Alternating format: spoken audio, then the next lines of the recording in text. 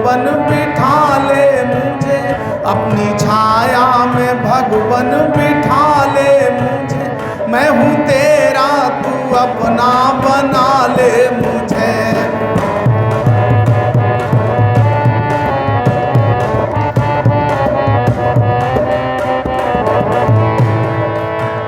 मुझे गम में न गम ना खुशी में खुशी हो, अंधेरा भी मेरे लिए रोशनी हो, अंधेरा भी मेरे लिए रोशनी हो, अंधेरा भी मेरे लिए रोशनी। जब तलक मैं जीऊँ आज़मा ले मुझे, जब तलक मैं जीऊँ आज़मा ले मुझे। मैं हूँ तेरा तू अपना बना ले मुझे, अपनी छाया में भगवन बिठा ले मुझे, अपनी छाया में भगवन बिठा ले मुझे। मैं हूँ तेरा तू अपना बना ले मुझे।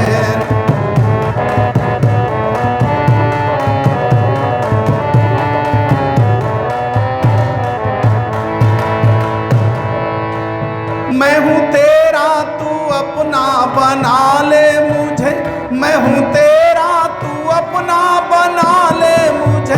मैं हूँ तेरा तू अपना बना ले मुझे, मैं हूँ तेरा तू अपना बना ले मुझे। अपनी छाया में भगवन बिठा ले मुझे, अपनी छाया में भगवन बिठा ले मुझे। मैं हूँ तेरा तू अपना बना ले मुझे।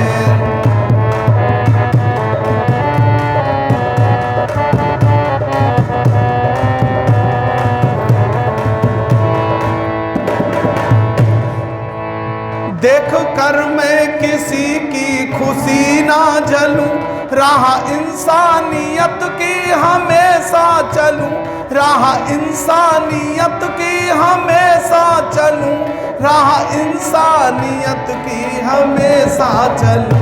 भूल जाऊं तो जग से उठा ले मुझे, भूल जाऊं तो जग से उठा ले मुझे। मैं हूँ तेरा तू अपना बना ले मुझे, अपनी छाया में भगवन बिठा ले मुझे, अपनी छाया में भगवन बिठा ले मुझे। मैं हूँ तेरा तू अपना बना ले मुझे।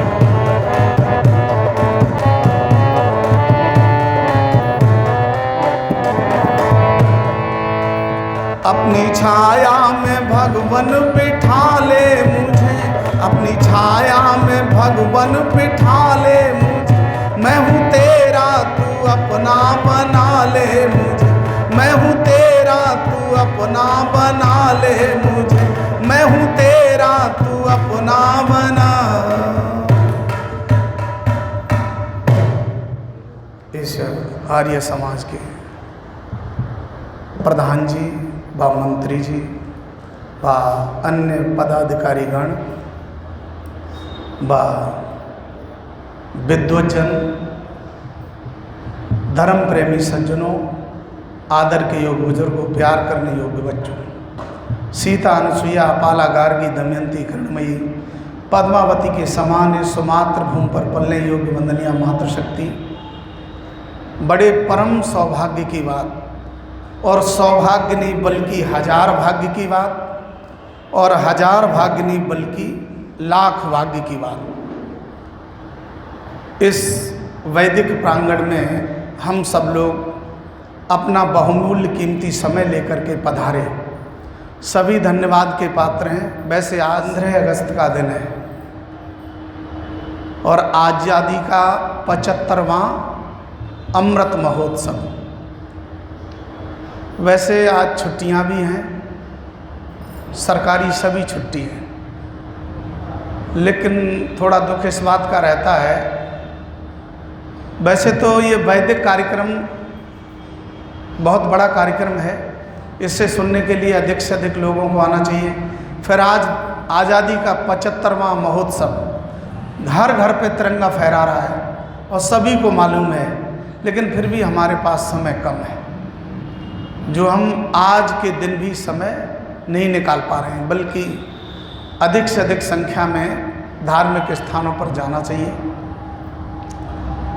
और वैसे बातें तो बहुत हैं बताने के लिए,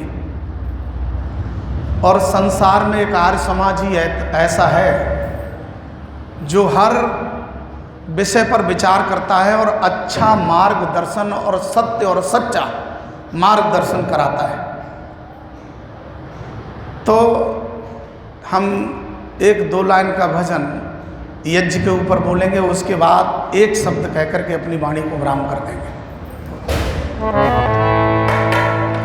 बताया संसार में यज्ञो वही श्रेष्ठतमम कर्मः, सारे संसार में यदि कोई श्रेष्ठ कार्य है तो यज्ञ है। यज्ञो वही विष्णु, यज्ञ का ही नाम विष्णु है। स्वर्ग कामः यजेत, यदि हम स्वर्ग की कामना करते हैं तो यज्ञ करें। और जो व्यक्ति यज्ञ करता है परमात्मा उसे 13 चीजें स्वतः प्रदान कर देता है।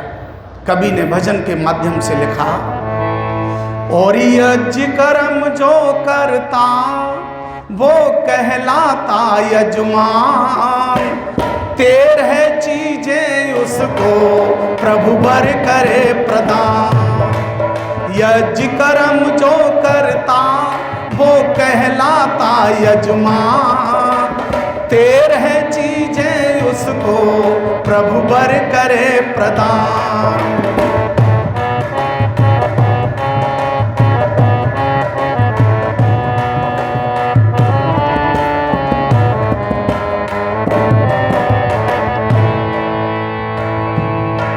मानव देहि वरण सर्वोत्तम, दीर्घ आयु वैभवशाली तन, रोग रहित काया का, अज रोग रहित काया का वो पाता है वरदान।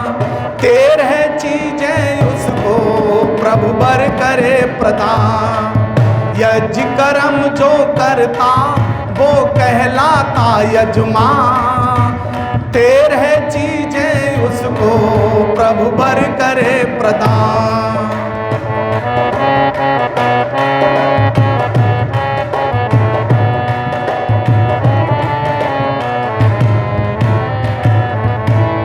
और क्या बताया, मित्र हितैषी सुत सुखदायक, नारी सुशीला हो ग्रह नायक, भक्त बने ईश्वर का वो हो पूरा विद्वान। भक्त बने ईश्वर का वो हो पूरा विद्वान, 13 चीजें उसको प्रभु बर करे प्रदान।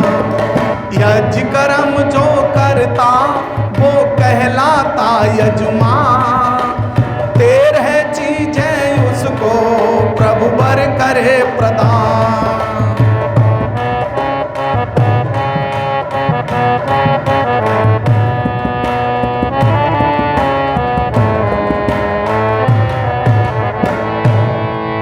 श्रेष्ठ जनों का मिलता संगठन, इंद्रिय जय बसों में मन चंचल, पात्र परख कर देता वो अपने धन का दान। 13 चीजें उसको प्रभु बर करे प्रदान। यज्ञ कर्म जो करता वो कहलाता यजमान, 13 चीजें उसको प्रभु बर करे प्रदान।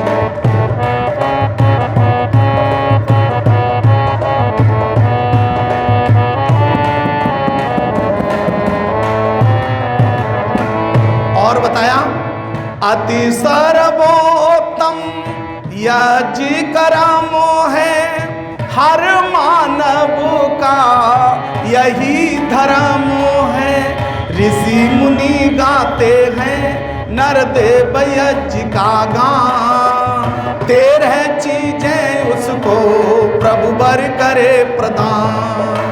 यज्ञ कर्म जो करता वो कहलाता यजमान, 13 चीजें उसको प्रभु बर करे प्रदान। 13 चीजें उसको प्रभु बर करे प्रदान। तो यज्ञ का कार्य जो करता है परमात्मा उसे 13 चीजें प्रदान करता है। रोग रहित काया, लंबी आयु, मित्र हितैषी, सुत सुखदायक और धर्म पत्नी सुशीला, सुंदर गृहनायक। इसलिए हमें यज्ञ नित्य करना चाहिए। और बस एक छोटी सी बात और, अभी ध्वजारोहण हुआ तो हम लोगों को बड़ा सुख प्राप्त हुआ। ये झंडा वर्षों के बाद हमारे देश में फहराया गया था, जो आज हम प्रतिवर्ष फहराते हैं।